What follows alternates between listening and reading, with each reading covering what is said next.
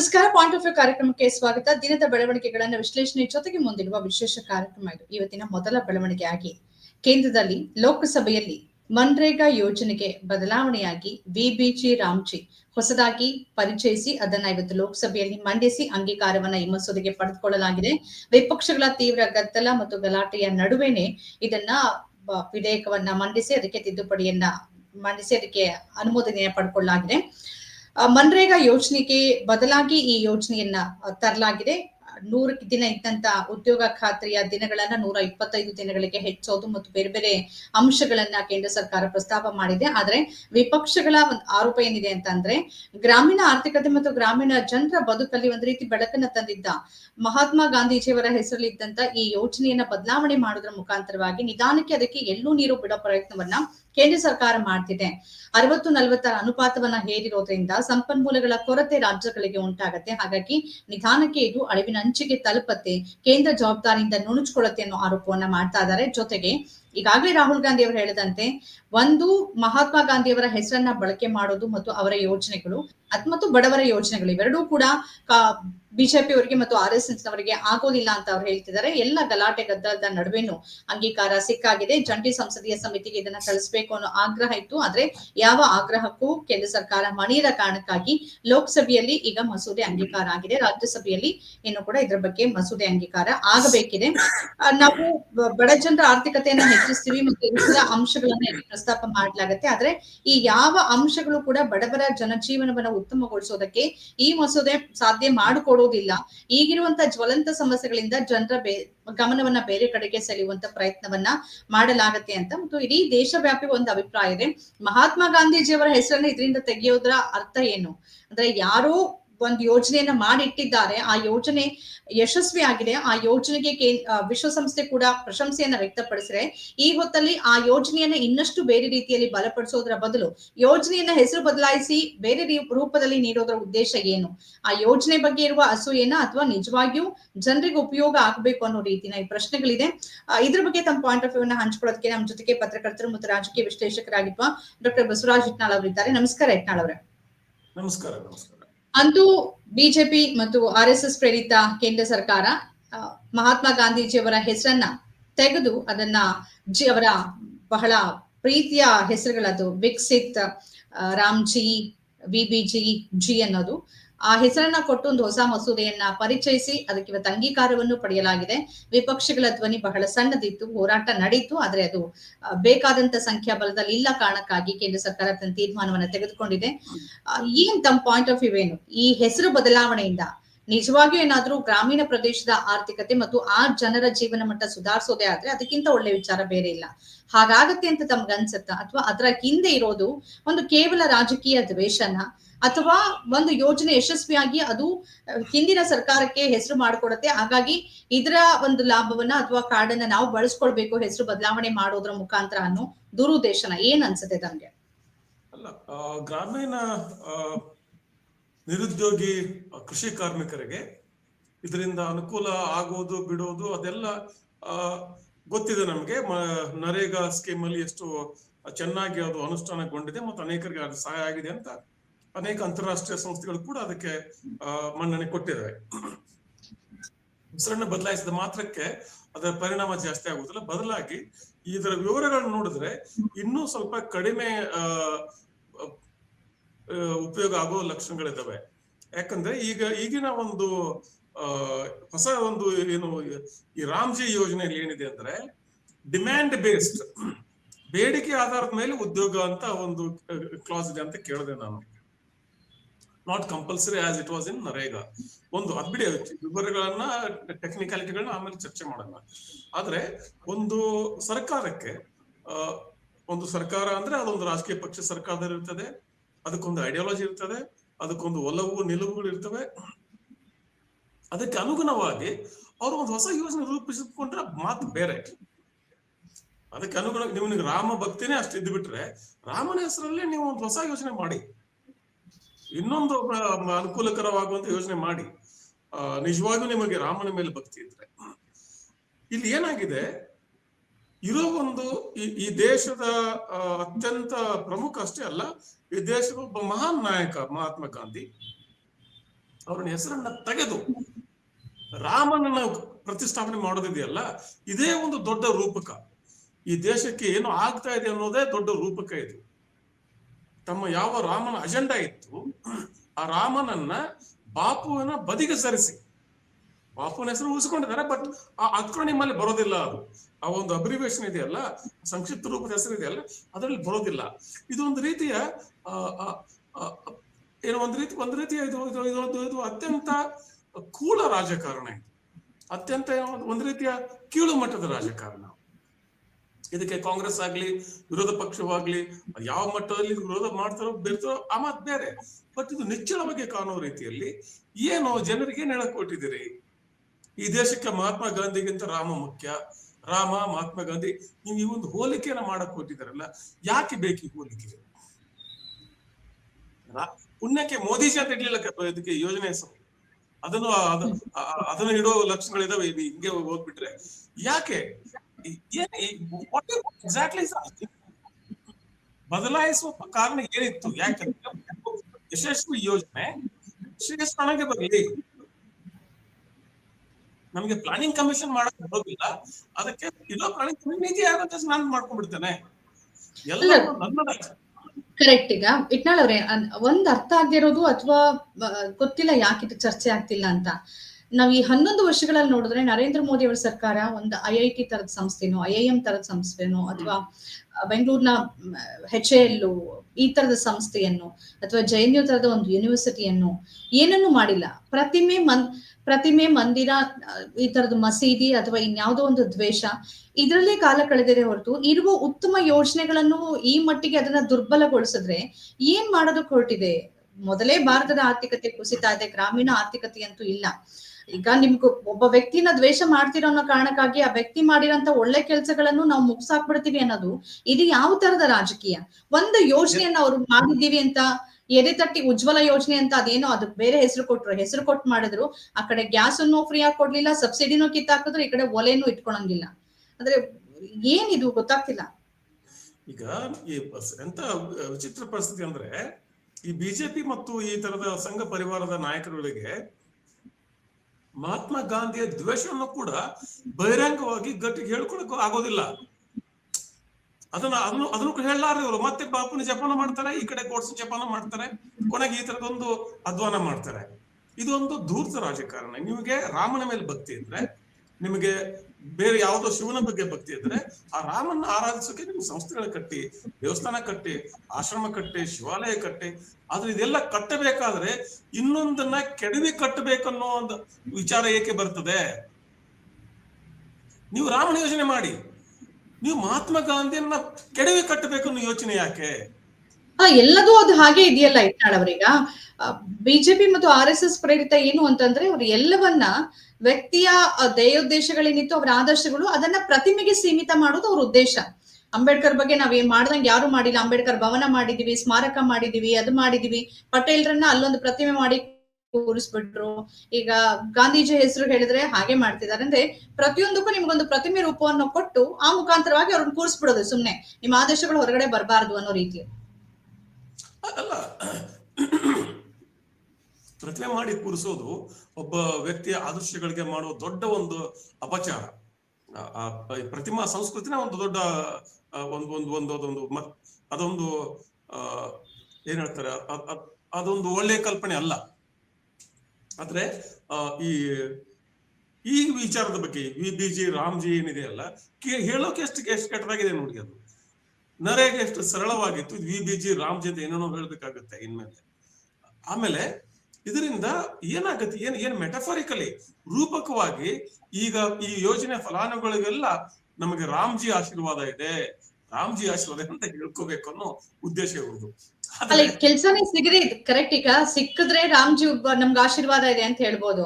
ಅವ್ರು ತಂದಿರೋ ಹೊಸ 125 ದಿನ ಅಂತ ಸುಮ್ನೆ ಹೇಳ್ತಿದ್ದಾರೆ ಬಿಟ್ರೆ, ಇಲ್ಲಿ ತನಕ ಕೇಂದ್ರ ಸರ್ಕಾರ ಅದನ್ನ ಕೊಡ್ಬೇಕಿತ್ತು. ಈಗ ಆಹಾರ ಭದ್ರತೆ ಹಕ್ಕು ಕಾಯ್ದೆ ಹೇಗಿದೆ ಅದೇ ರೀತಿಯಲ್ಲಿ ಇತ್ತು. ಆದ್ರೆ ಇವ್ರು ಏನ್ ಮಾಡ್ತಿದ್ದಾರೆ ಅಂತಂದ್ರೆ, ಅದರಲ್ಲಿ 60% ಕೇಂದ್ರ ಕೊಡೋದಂತೆ, 40% ರಾಜ್ಯ ಕೊಡೋದಂತೆ.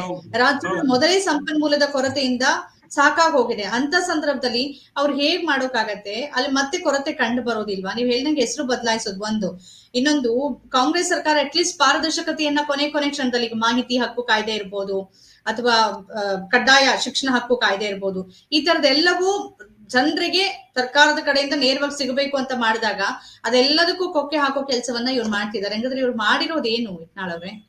ಹೆಸರು ಬದಲಾವಣೆನಾ? ಅದೇ ಅಲ್ಲ, ನಮ್ಗೆ 11 ವರ್ಷದಲ್ಲಿ ಕಾಣ್ತಾ ಇರೋದು ಅದೇನೆ, ಹೆಸರು ಬದಲಾವಣೆ. ನೀವು ಅದೇ ಹೊರಟೆ ನಾನು.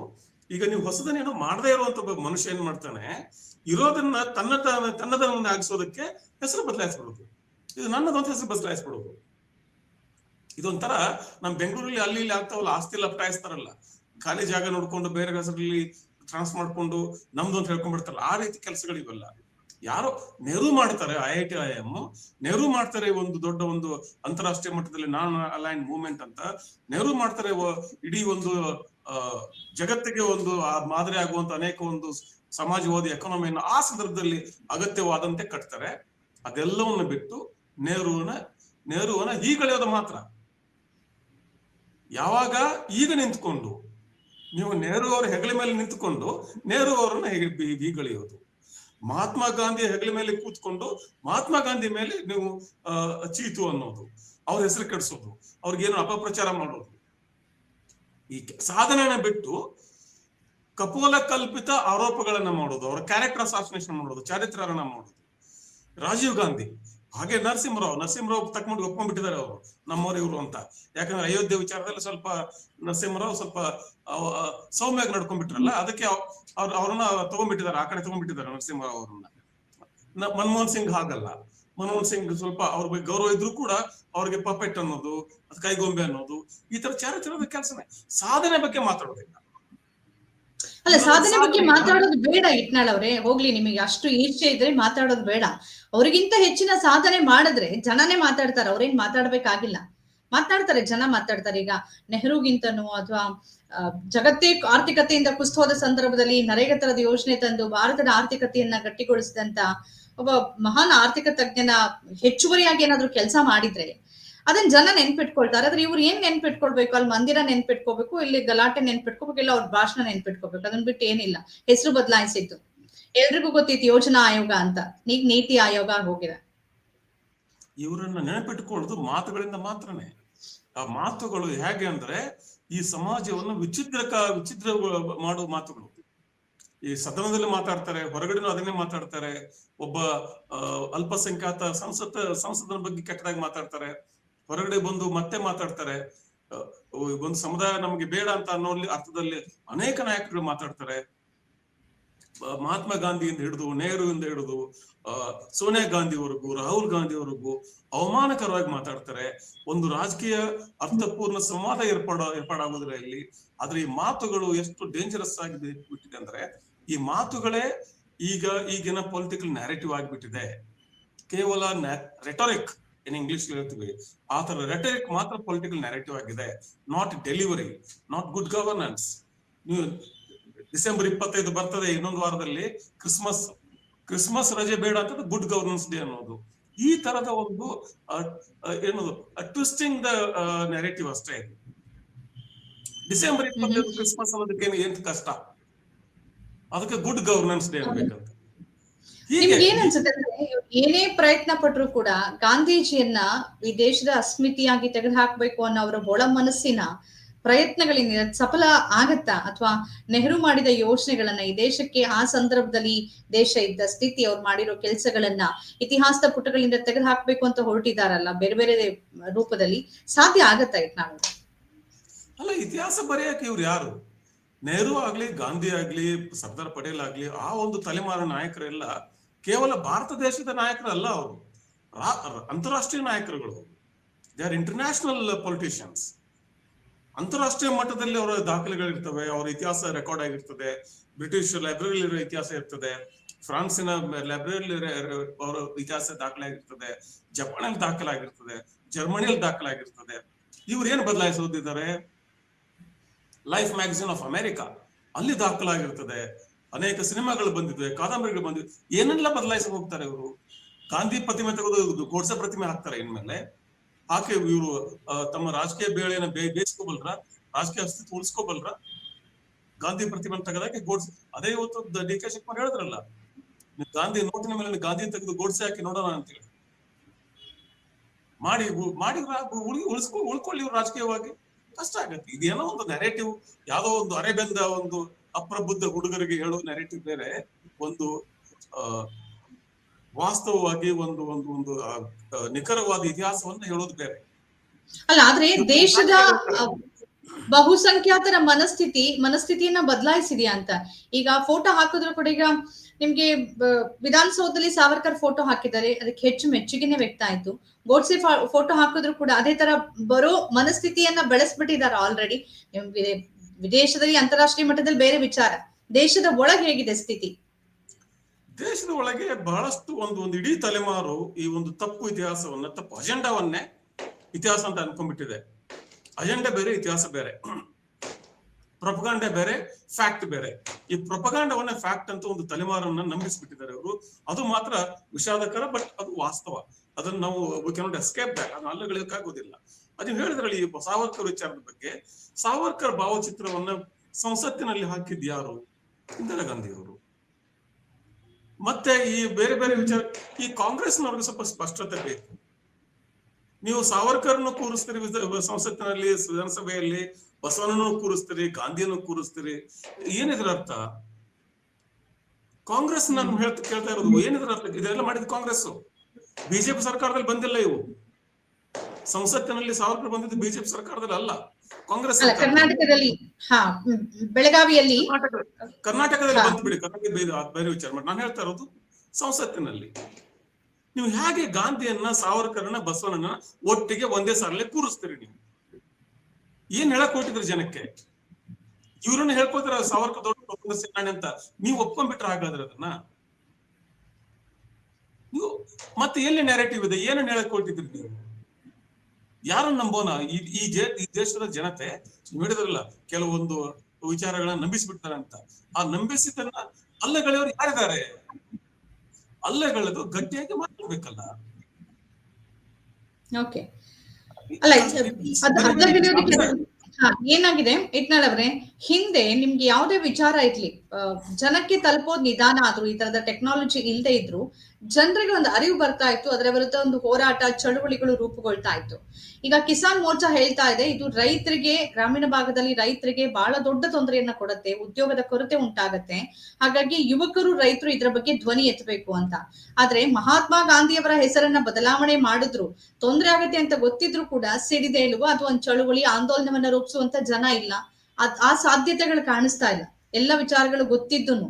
ಯಾಕೆ ಅಂದ್ರೆ ಈ ತಮ್ಮ ಜಂಜಾಟದಲ್ಲಿ ಜನ ಮುಳುಗ್ ಹೋಗಿದಾರ, ಅಥವಾ ಏನಾದ್ರೂ ಮಾಡ್ಕೊಂಡ್ಲಿ, ನಮಗೂ ಅದಕ್ಕೂ ಸಂಬಂಧ ಇಲ್ಲ ಅನ್ನೋ ರೀತಿನ ಯಾವ ರೀತಿ ಮನಸ್ಥಿತಿ?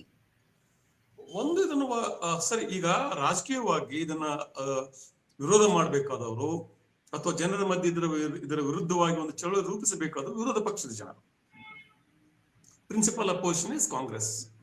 ಅವರೇನೋ ಮಾಡಿದ್ರು, ಬಟ್ ಅದನ್ನ ಸಮರ್ಥವಾಗಿ ಮಾಡಿದ್ರ, ದೇಶಾದ್ಯಂತ ಸಂಚಲನ ಹುಟ್ಟಿಸಿದ್ರ, ದೇಶಾದ್ಯಂತ ಸಂಚಲನ ಹುಟ್ಟಿಸಬಲ್ಲಂತ ನಾಯಕತ್ವ ಆಗ್ಲಿ, ಆತರದೊಂದು ಸಂಘಟನಾ ಶಕ್ತಿ ಅವ್ರಿಗಿದೆಯಾ?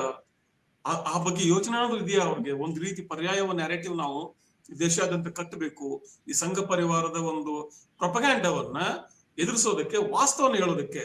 ಆ ಪ್ರೊಪಗ್ಯಾಂಡನ್ನ ನೀವು ಇದು ಪ್ರೊಪಗ್ಯಾಂಡ, ನೀವು ಸುಳ್ಳು ಅಂತ ಹೇಳೋದಲ್ಲ, ಸತ್ಯವನ್ನು ಹೇಳೋದು ಒಂದು ಬರ್ತದಲ್ಲ ಚಳವಳಿ. ಸತ್ಯವನ್ನು ಹೇಳೋರು ಬಹಳ ಗಟ್ಟಿಯಾಗಿ, ಬಹಳ ಸಂಘಟಿತವಾಗಿ ಹೋಗ್ಬೇಕಾಗ್ತದೆ. ಈಗ ಏನಾಗಿದೆ, ಸುಳ್ಳನ್ನು ಹೇಳೋರು ಅತ್ಯಂತ ಸಂಘಟಿತವಾಗಿ, ಅತ್ಯಂತ ಶಿಸ್ತುಬದ್ಧವಾಗಿ ಹೇಳ್ತಿದ್ದಾರೆ. ಅದನ್ನ ವಿರೋಧಿಸಬೇಕಾದ್ರೆ, ಅದನ್ನ ಕೌಂಟರ್ ಮಾಡ್ಬೇಕಾದ್ರೆ ಸತ್ಯವನ್ನು ಹೇಳೋರು ಅವ್ರಿಗಿಂತ ಜಾಸ್ತಿ ಸಂಘಟಿತವಾಗಿರ್ಬೇಕಾಗ್ತದೆ. ಅದು ಕಾಂಗ್ರೆಸ್ ನಾನು ಕಾಣ್ತಾ ಇಲ್ಲ. ಒಂದು. ಇನ್ನೊಂದು, ಜನರಿಗೆ, ಕೆಲವು ಜನರಿಗೆ, ಒಂದು ಸಮ್ ಸೆಕ್ಷನ್ ಆಫ್ ಸೊಸೈಟಿ ಏನಾಗಿದೆ ಅಂದ್ರೆ, ಒಂದು ರೀತಿಯ ಡಿಟ್ಯಾಚ್ಮೆಂಟ್, ಒಂದು ರೀತಿ ಇದರಿಂದ ಸ್ವಲ್ಪ ಜಿಗುಪ್ಸೆ ಕೂಡ ಇದೆ. ಎಲ್ಲಿವರೆಗೂ ಭಾರತ ಕೇವಲ ಇತಿಹಾಸದ ರಾಜಕಾರಣ ಮಾಡ್ತಾ ಕೂರೋದು ಅಂತ? ನಮ್ಮ ರಾಜಕಾರಣ ಶುರು ಆಗೋದು ರಾಮಾಯಣ ಕಾಲದಿಂದ ಶುರು ಆಗುತ್ತೆ, ಬಂದು ನಿಲ್ಲೋದು ಮುಘಲರವರೆಗೂ. ಅಲ್ಲಿಂದ ಮುಂದಕ್ಕೆ ಬರೋದೇ ಇಲ್ಲ, ಮುಂದೆ ಬ್ರಿಟಿಷರು ಮುಂದೆ ಬರೋದೇ ಇಲ್ಲ. ಅವರು ನಾವು ಈ ಇತಿಹಾಸದ ಪುಸ್ತಕ ಇಟ್ಕೊಂಡು ರಾಜಕಾರಣ, ಇತಿಹಾಸದ ಪುಸ್ತಕ ಇಟ್ಕೊಂಡು ಪ್ರಪಗ್ಯಾಂಡ, ಒಂದು ಅಜೆಂಡಾ, ಪೊಲಿಟಿಕಲ್ ಅಜೆಂಡಾ ರೂಪಿಸೋದಿದೆಯಲ್ಲ, ಇದು ಅತ್ಯಂತ ಯೂಸ್ಲೆಸ್, ನಿಷ್ಪ್ರಯೋಜನ ರಾಜಕಾರಣ. ಇದರಿಂದ ಯಾರಿಗೆ ಪ್ರಯೋಜನ ಇದೆ? ಸಮಾಜ ಹೊರತುಪಡಿಸಿದ್ರೆ ಇದರಿಂದ ಯಾರಿಗೆ ಪ್ರಯೋಜನ ಇದೆ? ಯಾವ ದೇಶದಲ್ಲಿ ಈ ತರದ ಇತಿಹಾಸವನ್ನು ಇಟ್ಕೊಂಡು ಮಾಡ್ತಾರೆ? ಯಾವ ದೇಶದಲ್ಲಿ ಟಿಪ್ಪು ಸುಲ್ತಾನ ಇಟ್ಕೊಂಡು ರಾಜಕಾರಣ ಮಾಡ್ತಾರೆ, ರಾಮನ ಇಟ್ಕೊಂಡು ರಾಜಕಾರಣ ಮಾಡ್ತಾರೆ, ಬಾಬರಿ ಮಸೀದ್ ರಾಜಕಾರಣ ಮಾಡ್ತಾರೆ? ಅಮೆರಿಕದಲ್ಲಿ ಮಾಡ್ತಾರೆ, ಲಿಂಗ ಇಟ್ಕೊಂಡು ರಾಜಕಾರಣ ಮಾಡ್ತಾರ? ಅಮೆರಿಕ ಮಾಡ್ತಾರ? ಮಾತಾಡ್ತಾನ? ನೆಪೋಲಿಯನ್ ಇಟ್ಕೊಂಡು ಫ್ರಾನ್ಸ್ ಅಲ್ಲಿ ರಾಜಕಾರಣ ಮಾಡ್ತಾರ? ನೆಪೋಲಿಯನ್ ಇಂಡಿಯಾಗ ಹೋಗಿದ್ದೆ ತಪ್ಪು, ನೆಪೋಲಿಯನ್ ಇಂಡಿಯಾಗ ಹೋಗಿದ್ದೆ ಸಬ್ಬಿಟ್ಟ ಅಂತ ರಾಜಕಾರಣ ಮಾಡ್ತಾರ? ಕರೆಕ್ಟ್. ಈಗ ಯಾವ ದೇಶದಲ್ಲೂ ನಡೀದಿರೋದು ನಮ್ ದೇಶದಲ್ಲಿ ನಡೆಯುತ್ತೆ. ಇಟ್ನಾಳವ್ರೆ, ನೀವ್ ಹೇಳ್ದಂಗೆ ಒಂದು ವೇದಗಳ ಕಾಲದಿಂದ ಶುರುವಾಗಿ ಆ ರಾಜ ಹಂಗ್ ಮಾಡಬಾರ್ದಿತ್ತು ಆ ಕಾಲದಲ್ಲಿ ಅಂತ ಇವತ್ತು ತೀರ್ಪು ಕೊಡ್ತಾರೆ. ನಮ್ಮದೇ ಬೆಂಗಳೂರಿನಲ್ಲಿ 6 ತಿಂಗಳು 7 ತಿಂಗಳಾಗಿದೆ, ಅದೇ ಧೂಳ್ನಲ್ಲಿ ರಸ್ತೆ ಆಗದು, ಇನ್ನು ಮುಚ್ಚು ಇಲ್ಲ, ರಸ್ತೆ ಸರಿ ಮಾಡು ಇಲ್ಲ. ಯಾವ ದೇಶದಲ್ಲಿ ಹಿಂಗ್ ನಡೆಯೋದಿಲ್ಲ. ಅದೇ ಧೂಳಲ್ಲಿ ಮಕ್ಕಳು, ಹೋಟೆಲ್ ನಡ್ಸೋರು ಎಲ್ಲ ನಡ್ಸ್ಬೇಕಾಗಿದೆ. 6 ತಿಂಗಳು ವರ್ಷಗಳಾಗಿದೆ ಒಂದೊಂದು ರಸ್ತೆಗಳನ್ನ ಆಗದು. ಯಾವ ದೇಶದಲ್ಲೂ ಈ ತರದ್ ನಡೆಯೋದಿಲ್ಲ ಅಂತ ಅನ್ಸುತ್ತೆ. ಅಂದ್ರೆ ಜನಕ್ಕೆ ಇವತ್ತಿಗೆ ಏನ್ ಬೇಕು ಬದುಕೋದಕ್ಕೆ ಅನ್ನೋದನ್ನ ಬಿಟ್ಟು ಇತಿಹಾಸವನ್ನ ಮಾತಾಡೋದು ಬಹುಶಃ ನಮ್ ದೇಶದಲ್ಲೇ ನಡೆಯೋದು. ಅದಕ್ಕೊಂದು ಧರ್ಮದ ಒಂದು ಕವಚವನ್ನ ಇಟ್ಕೊಂಡ್ಬಿಟ್ಟಿದ್ದಾರೆ. ನಾವು ಧರ್ಮ ಧರ್ಮ ಧರ್ಮ ಅಂತ. ಇಲ್ಲಿಂದ ಹೋದವ್ರು ಎಲ್ರು ಚೀನಾಗೆ ಬ್ಲಾಗರ್ಸ್ ಹೋದವರು ಚೀನಾ ಹೆಂಗಿದೆ ಅಂತ ಹೇಳ್ತಾರೆ, ಇಲ್ಲಿ ಕಮ್ಯುನಿಸ್ಟ್ರು ಅಂತ ಬೈಕೊಂಡಿರ್ತಾರೆ. ಗೊತ್ತಿಲ್ಲ ಯಾವ ತರ ಅಂತ. ಈಗ ಧರ್ಮದ ಮಂಕುಬೂದಿ ಮತ್ತು ಇತಿಹಾಸದ ಒಂದು ಹೊಗೆ, ಸ್ಮೋಕ್ ಸ್ಕ್ರೀನ್, ಇಷ್ಟನ್ನ ಇಟ್ಕೊಂಡು ಜನರನ್ನು ಯಾಮಾರಿಸ್ತಿದ್ದಾರೆ ಈ ರಾಜಕೀಯ ಪಕ್ಷಗಳು ಅಷ್ಟೇ. ಆದ್ರೆ ನಾವೀಗ ಎದುರಿಸಬೇಕಾದ್ದು ನನ್ನ ಪಕ್ಕದ ಒಂದು ಪವರ್ ಬ್ಯಾಲೆನ್ಸ್ ಬರಬೇಕಾದ್ರು ಚೈನಾದಿಂದ. ನನ್ನ ಮುಖ್ಯವಾಗಿ ಭಾರತದ ಮುಖ್ಯ ಎದುರಾಳಿ ಚೈನಾ ಇವತ್ತು. ಆ ಚೈನಾವನ್ನ ಹಿಂದಿಕ್ಕಿ ನಾನು ಹೇಗೆ ಹೋಗ್ಬೇಕು? ಯಾಕಂದ್ರೆ ಅನೇಕ ಆರ್ಥಿಕ ತಜ್ಞರ ಪ್ರಕಾರ, ಅನೇಕ ರಾಜಕೀಯ ತಜ್ಞರ ಪ್ರಕಾರ, ಅನೇಕ ಅಂತಾರಾಷ್ಟ್ರೀಯ ರಾಜಕೀಯ ತಜ್ಞರ ಪ್ರಕಾರ ಇನ್ನು ಮುಂದಿನ ವರ್ಷಗಳಲ್ಲಿ 2038-40 ಹೊತ್ತಿಗೆ China will become the global leader, both politically and economically. ಅದನ್ನ ಹೇಗೆ ಎದುರಿಸ್ತೀರಿ ನೀವು? ಆ ಒಂದು ಚೈನಾವನ್ನ ಎದುರಿಸೋಕೆ ಅಮೆರಿಕ ಏನೇನೋ ತಂತ್ರಗಾರಿಕೆ ಮಾಡ್ತಿದೆ, ಅದು ಬೇರೆ ವಿಚಾರ. ಆದ್ರೆ ಇವತ್ತಿನ ಚೈನಾ ಹೇಗೆ ಭಾರತಕ್ಕಿಂತ ಬಡ ದೇಶವಾದಂತ ಚೈನಾ ಹೇಗೆ ಇಷ್ಟು ದೊಡ್ಡ ಆರ್ಥಿಕವಾಗಿ ಬೆಳೀತು, ಅದನ್ನ ನಾವೇನ್ ಪಾಠ ಕಲ್ತವ? ಇಟ್ನಾಳವ್ರೆ, ಚೈನಾ ಏನ್ ಮಾಡ್ತಿದೆ, ಧರ್ಮವನ್ನ ಬಿಟ್ಟು ಉಳಿದ ಎಲ್ಲ ಸ್ಕಿಲ್ ಮಕ್ಕಳಿಂದಾನೇ ಸ್ಕಿಲ್ ಕಳ್ಸಿಕೊಡ್ತಾ ಇದೆ, ಅದು ಆ ಕಡೆಗೆ ಹೊರಡ್ತಾ ಇದೆ. ಆದ್ರೆ ನಮ್ಮಲ್ಲಿ ಏನೋ ಒಂದು ಇನ್ನೊಂದು 10 ವರ್ಷಕ್ಕೆ ಅಲ್ಲಿ ಮೇಲಿಂದ ಯಾರೋ ಒಬ್ರು ಬಂದು ಇಲ್ಲಿ ಏನೋ ಮಾಡ್ತಾರೆ, ಏನೋ ಒಂದು ಉದ್ಭವ ಮೂರ್ತಿ ಬರತ್ತೆ ಅಂತಂದ್ರೂ ಜನ ನಂಬ್ಕೊಂಡು ಕೂತ್ಕೊಳ್ತಾರೆ. ನಾವೇನ್ ಮಾಡ್ಬೇಕು ಅನ್ನೋದ್ರ ಬಗ್ಗೆ ಯಾರಿಗೂ ಇಲ್ಲ. ಆ ತರದ ಸುಳ್ಳುಗಳನ್ನು ಜನ ನಂಬ್ಕೊಂಡು ಕೂರೋ ಸಂದರ್ಭದಲ್ಲಿ ನೀವು ಎಲ್ಲಿಯ ಚೈನಾ, ಎಲ್ಲಿಯ ಭಾರತ, ಹೋಲಿಕೆನೆ ಮಾಡೋಕ್ ಸಾಧ್ಯ ಇಲ್ಲ. ಸರಿ, ಆದ್ರೆ ಈ ರಾಜಕಾರಣಿಗಳ ಅಸ್ತಿತ್ವನೇ ಅಪಾಯದಲ್ಲಿ ಬರ್ತದೆ. ಆಮೇಲೆ China does not want India to grow. ಅದನ್ನ ಹೇಗೆ ಕೌಂಟರ್ ಮಾಡ್ತೀರಿ ನೀವು? By military. In military you are far far behind China. In economy you are far far behind China. ನಾಳೆ ದಿನ ಅಮೆರಿಕ ಕೈ ಚೆಲ್ಲಿ ಬಿಟ್ರೆ, ಚೈನಾನ ಎದುರಿಸಕ್ಕಾಗೋದು ಕೈ ಚೆಲ್ಲಿ ಬಿಟ್ರೆ, ನೆಕ್ಸ್ಟ್ ಟಾರ್ಗೆಟ್ ಇಸ್ ಇಂಡಿಯಾ. ನೀವು ಹೇಗೆ ಚೈನಾವನ್ನ ಕೌಂಟರ್ ಮಾಡ್ತೀರಿ? ಚೈನಾವನ್ನ ಕೌಂಟರ್ ಮಾಡ್ಬೇಕಾದ್ರೆ ನಿಮ್ಮ ಎಕಾನಮಿ, ನಿಮ್ಮ ಮಿಲಿಟರಿ, ನಿಮ್ಮ science and technology has to be far far ahead. ನೀವು ಕೇವಲ ಚೈನಾವನ್ನ ಜನಸಂಖ್ಯೆಯಲ್ಲಿ ಹಿಂದಕ್ಕೆ ಬಿಟ್ಟಿದ್ದೀರಿ. ಹೀಗಿರುವಾಗ ನೆಕ್ಸ್ಟ್ ಟಾರ್ಗೆಟ್ ಇಸ್ ಇಂಡಿಯಾ. ಇಂಡಿಯಾವನ್ನ ಹೇಗೆ ತಾನು ಸಂಪೂರ್ಣವಾಗಿ ಆವರಿಸಿಕೊಳ್ಳಬೇಕಂತ ಚೈನಾ ಒಂದು ಲಾಂಗ್ ಟರ್ಮ್ ವಿಷನ್ ಹೊಂದಿದೆ. ಲಾಂಗ್ ಟರ್ಮ್ ವಿಷನ್ ಇದೆ ಅವ್ರ ಹತ್ರ. ಒಂದು ಬೆಲ್ಟ್ ಅಂಡ್ ಗಾರ್ಲ್ಯಾಂಡ್, ಇಡೀ ಭಾರತದ ಗಾರ್ಲ್ಯಾಂಡ್ ಅನ್ನ ಹೇಳ್ತೀವಿ ನಾವು. ಈ ಬೇ ಆಫ್ ಬೆಂಗಾಲ್, ಪಶ್ಚಿಮ ಬಂಗಾಳ ಕೊಲ್ಲಿಯಿಂದ ಹಿಡ್ಕೊಂಡು ಹಿಂದೂಸ್ತಾನ ಮಹಾಸಾಗರದಿಂದ ಅರಬ್ಬಿ ಸಮುದ್ರ ಹೇಗೆ ನಾನು ಆವರಿಸ್ಕೊಳ್ಬೇಕು ಅನ್ನೋ ಒಂದು ಅವ್ರಿಗೆ ಯೋಜನೆ ಇದೆ. ಹಾಗೆ ಪಾಕಿಸ್ತಾನ ಮೂಲಕ ಹೇಗೆ ಮಾಡ್ಕೋದು ಯೋಜನೆ ಇದೆ. ನಿಮ್ಗೆ ಅದನ್ನ ಕೌಂಟರ್ ಮಾಡೋ ಯೋಜನೆ ಇದೆಯಾ? ಯೋಜನೆ ಇಲ್ಲ ಅಂದ್ರೆ ಮುಂದೆ ಏನು? ಇವತ್ತಿಗೂ ಕೂಡ ಚೈನಾ ಅರುಣಾಚಲ ಪ್ರದೇಶ ನನಗೆ ಬೇಕು ಅಂತ ಹೇಳಿದ್ರೆ ನಿಮ್ಗೆ ಗಟ್ಟಿಯಾಗಿ ನಿಮ್ಗೆ ಆಗೋದಿಲ್ಲ ಅಂತ ಹೇಳಿ ಧೈರ್ಯ ಇಲ್ಲ. ಮೋದಿ ಅವರು ಹೇಳಿದ್ರಲ್ಲ, ಕೆಂಗನ್ನ ತೋರಿಸಿ ನಾನು ಇದು ಚೈನಾ ಹೆದರ್ಸ್ಬಿಡ್ತೇನೆ ಅಂತ ಹೇಳಿ. ಇನ್ನು ಕಣ್ ಕೆಂಪಾಗೇ ಇಲ್ಲ ಅವ್ರಿಗೆ. ಅರುಣಾಚಲ ಪ್ರದೇಶ ನಂದು ಇರ್ತದೆ ಚೈನಾ ಇವತ್ತು. ನೀವು ಎದುರ್ಸಕ್ಕಿದೆಯಾ? ಯಾಕಂದ್ರೆ ನಿಮ್ಮ ಹತ್ರ ನಮ್ಮ ಜಯಶಂಕರ್ ಹೇಳ್ತಾರೆ ಒಂದು ಪ್ರೆಸ್ ಕಾನ್ಫರೆನ್ಸ್ ಅಲ್ಲಿ, ಚೈನಾ ದೊಡ್ಡ ಆರ್ಥಿಕತೆ ಇದೆ, ಅದನ್ನ ನಾವು ಆತರ ನೇರ ಎದುರಿಸಕ್ ಆಗೋದಿಲ್ಲ ಅಂತ. ಹಾಗಾದ್ರೆ ಏನು? ಹಾಗಾದ್ರೆ ನೀವೇನ್ ರಾಜಕಾರಣ ಮಾಡ್ಬೇಕು? ನೀವು ಇದನ್ನ ರಾಮ್ಜಿ, ಬಾಪು, ರಾಮ, ತಾಜ್ ಮಹಲ್ ಅಲ್ಲ, ತೇಜಮಹಲ್ ಈ ರಾಜಕಾರಣ ಮಾಡ್ಬೇಕು. ಓಕೆ, ಸದ್ಯಕ್ಕೆ ಇರೋದು ಅದೇ ರಾಜಕೀಯ, ಹೆಸರು ಬದಲಾವಣೆಯ ರಾಜಕೀಯ. ಆ ಮುಖಾಂತರವಾಗಿ ನಾವು ಇತಿಹಾಸವನ್ನ ಅಳಿಸ್ತೀವಿ ಅನ್ನೋ ಭ್ರಮೆಲಿದ್ದಾರೆ. ಅದು ಸ್ವಲ್ಪ ಕಷ್ಟ ಅಂತ ಅನ್ಸುತ್ತೆ. ನೋಡೋಣ, ಕಾದ್ ನೋಡ ಇದರ ಮುಂದಿನ ಬೆಳವಣಿಗೆಗಳನ್ನ. ಇತಿಹಾಸ ಈ ತರದ ಅನೇಕ ಜನರನ್ನು ಇತಿಹಾಸ ಅಳಿಸಿ ಹಾಕಿದೆ. ಖಂಡಿತ ಇತಿಹಾಸ ಯಾರು ಕಲಿಯೋದಿಲ್ವೋ ಅವರನ್ನ ಇತಿಹಾಸ ಅಳಿಸಿ ಹಾಕ್ತದೆ. ಖಂಡಿತವಾಗ್ಲೂ ಹೌದು. ನೋಡೋಣ, ಕಾದ್ ನೋಡೋಣ. ಮುಂದಿನ ವಿಚಾರಕ್ಕೆ ಹೋಗೋಣ.